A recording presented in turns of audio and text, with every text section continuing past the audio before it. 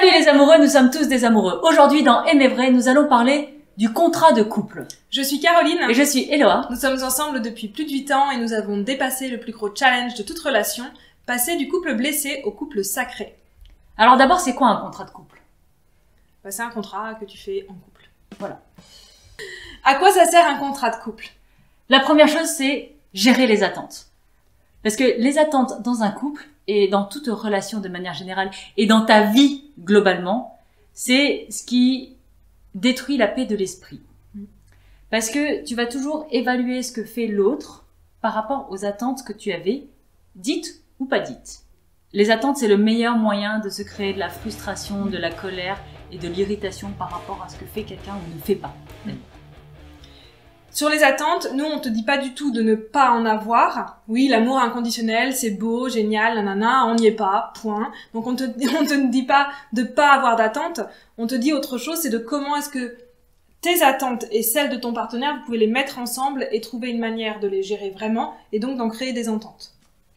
Donc des choses sur lesquelles on peut se mettre d'accord ou pas, mais en tout cas de pouvoir les décider les déposer et les verbaliser. Le plus important dans les attentes, c'est de les verbaliser et ensuite de voir si la personne avec qui tu es est en mesure et a envie de répondre à tes attentes ou pas. Et à partir de là, vous pouvez entamer une discussion et un dialogue ensemble.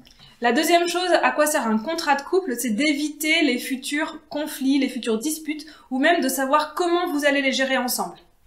Bah déjà, vu que tu as viré les attentes, il y aura moins de conflits. Je t'assure, c'est une vraie conséquence immédiate de gérer ces attentes. Mais en plus, la plupart du temps, dans les conflits, on a une réaction très instinctive.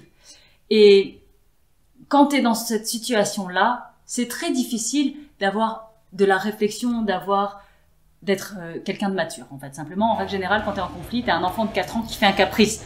On fait tout ça, je l'ai fait, je suis sûre que tu l'as fait aussi. Et on dit toujours, par exemple, quand un mariage se termine, quand il y a un divorce, c'est toujours la guerre parce qu'il n'y a pas eu de contrat de mariage avant. Parce que si on s'était mis d'accord avant de si jamais ça pétait, voilà ce qui allait se passer. Là, au moment où c'est émotionnel, bah, c'est géré par quelque chose d'autre en arrière-plan. Et nous, on te propose de faire exactement la même chose dans tes conflits, c'est-à-dire de mettre une structure avant, qui fait que quand tu es dans le moment du conflit, c'est plus toi qui essayes de réfléchir à comment ça doit se passer, parce que là, tu es tellement noyé dans ton émotionnel que tu n'as plus cette capacité-là. C'est un accord que tu as mis avant qui permet de répartir ça. Ouais. Donc en fait, c'est un cadre que vous allez créer ensemble, mais un cadre qui va vous donner beaucoup plus de liberté. Bon, on est resté très conceptuel là, donc on va peut-être rentrer dans le détail pour expliquer à quoi ça ressemble. Si par exemple, dans le conflit, on sait, avec Caroline, on connaît nos types énergétiques. Moi, je suis acoustique, Caroline est visionnaire. C'est-à-dire que, pendant un conflit, Caroline, elle a besoin de te regarder dans les yeux comme ça. Et te dit, d'ailleurs, c'est rigolo, quand on est en conflit, elle te dit, mais regarde-moi dans les yeux! Quand je te parle.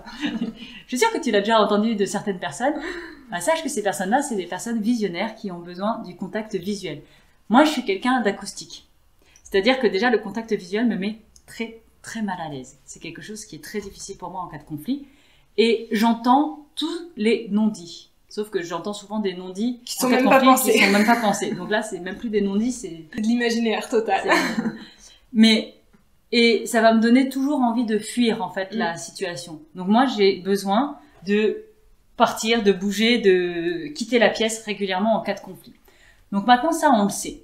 Ce qui fait que dans notre contrat de couple par rapport au conflit, moi, je me suis engagée à reprendre le contact visuel régulièrement avec Caroline, donc dans la mesure de mes moyens, parce que je peux pas rester comme ça. Non. Tout le long du conflit. Du coup, je ne lui demande pas ça non plus. Sinon, moi, je m'étiole de l'intérieur, donc c'est pas possible. Mais de garder un contact visuel. Donc, ce qu'on fait aujourd'hui, tu peux voir nos conflits, ils sont rigolos. C'est que moi, je pars de la pièce, comme ça. Puis je reviens, je la regarde, puis je repars. Puis je reviens, puis je la regarde, puis je repars.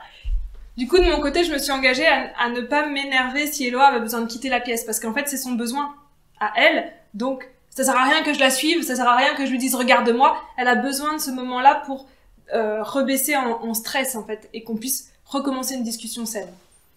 Donc ça, c'est un accord on s'est mis ensemble sur notre contrat de couple, de gérer les conflits comme ça, que quand ça monte en émotion, ben, on se laisse cette liberté-là. Moi, je fais un pas vers Caroline en maintenant le contact visuel, et Caroline fait un pas vers moi en me laissant me promener En règle générale, des fois, on se parle. Moi, je suis sur le pas de la porte, j'ai un pied dans la pièce, un pied dans l'autre.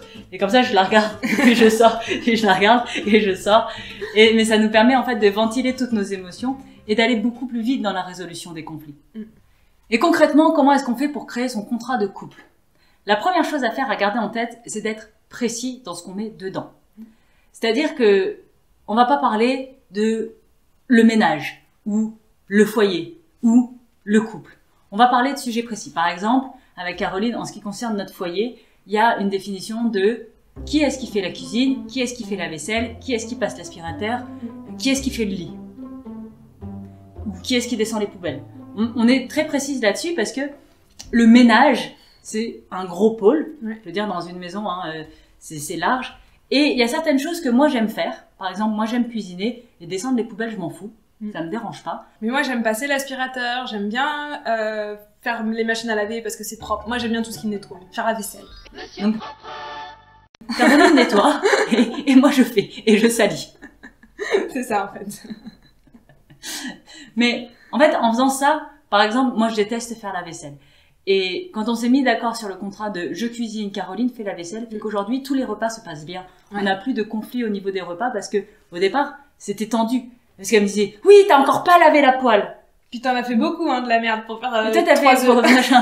Et tu sais, j'ai dit mais si t'es pas contente, t'as qu'à cuisiner. Ouais, mais j'aime pas cuisiner. Et tu vois comment on alimente un conflit à partir de rien. Je dis ok, bah moi je cuisine, mais quand je cuisine, tu fais la vaisselle. Et par contre, quand Caroline cuisine, qui arrive plus rarement, mais de temps en temps, ça arrive. Bah à ce moment-là, c'est moi qui fais la vaisselle. Donc c'est vraiment d'être le plus précis et le plus concret possible dans vos situations. Donc vous n'allez pas pouvoir gérer toutes les situations de toute la vie la première fois que vous allez vous asseoir et faire votre contrat. Donc faites ce qui est vraiment le plus urgent pour vous, ce qui vous pose, ce qui vous crée des conflits aujourd'hui, mais de manière concrète. La deuxième chose pour le contrat, bah en fait, c'est de respecter ses engagements. Si tu t'es engagé à faire la vaisselle, fais la vaisselle. Si tu t'es engagé à cuisiner, cuisine ou va acheter à manger chez le traiteur. Mais nourris les gens. Enfin, le truc, c'est que on peut pas avoir un contrat si tu tiens pas tes engagements. Et si ça te convient pas, c'est ok parce que le troisième point va répondre à ça. Mais au départ, la première chose à faire, c'est vraiment de respecter tes termes du contrat. Le troisième point qui est vraiment indispensable pour gérer son contrat de couple, c'est le moment où on mesure ce qui se passe. Donc nous, on appelle ça les rituels de communication. Ça peut être une fois par semaine au départ, une fois par mois, une fois tous les trimestres. Ça dépend de là où vous en êtes dans vos besoins. Mais ça va être des moments où on va s'asseoir, on va prendre le contrat et on va dire voilà, on a fait ça pendant une semaine, on a fait ça pendant un mois. Comment ça s'est passé? Comment je l'ai vécu? Comment toi tu l'as vécu? Est-ce que c'était bien? Est-ce que c'était pas bien? Qu'est-ce qu'on fait maintenant? Et à partir de là, on peut réajuster, se dire est-ce qu'on continue, est-ce qu'on échange, c'est simple en fait. Là, le dialogue il est ouvert. L'importance des rituels de communication, c'est vraiment d'ouvrir des espaces où on peut revoir le contrat. Parce que ce qu'il faut comprendre, c'est qu'un contrat, ça doit être vivant autant que la relation. Ça doit être revu régulièrement. Ah donc on le grave pas dans un menhir. Tu peux. Ça va être triste, ça va être rigide et ça va être dur. Moi, ce que j'aime bien dire, c'est que en fait, ta relation de couple, c'est un choix que tu refais tous les matins. Donc en fin de compte, c'est la même chose. C'est pas parce que c'est dans le contrat une fois qu'on ne doit plus jamais en parler, qu'on ne doit plus jamais vérifier si c'est le bon choix pour nous et donc pour vous. Donc c'est ça qui est important, c'est de créer des rituels et en fonction de ce qui est dans le contrat, d'en reparler toutes les semaines, tous les mois ou tous les ans. Et je t'invite à aller découvrir ton archétype de relation sacrée. Le quiz est dans la description. Et en attendant, aime et grandis avec magie.